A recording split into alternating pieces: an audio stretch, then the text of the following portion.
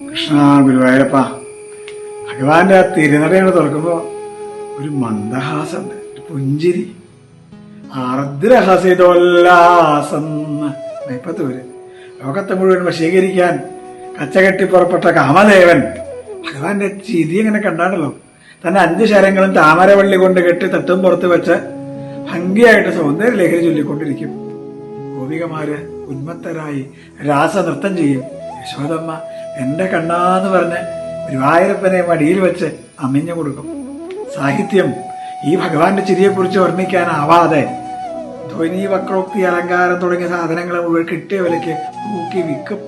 ബ്രഹ്മം ബ്രഹ്മം എന്ന് പറഞ്ഞ് നടക്കുന്ന വേദാന്തികളുണ്ടല്ലോ, ഈ ഗുരുവായൂരപ്പന്റെ ചിരി അങ്ങനെ കണ്ടാൽ എന്റെ ഗുരുവായൂരപ്പാന്ന് പറഞ്ഞ് ബ്രഹ്മത്തെയൊക്കെ മറന്ന അവധൂതന്മാരായിട്ട് ആനന്ദലഹരിയിൽ ആറാടി നടക്കും.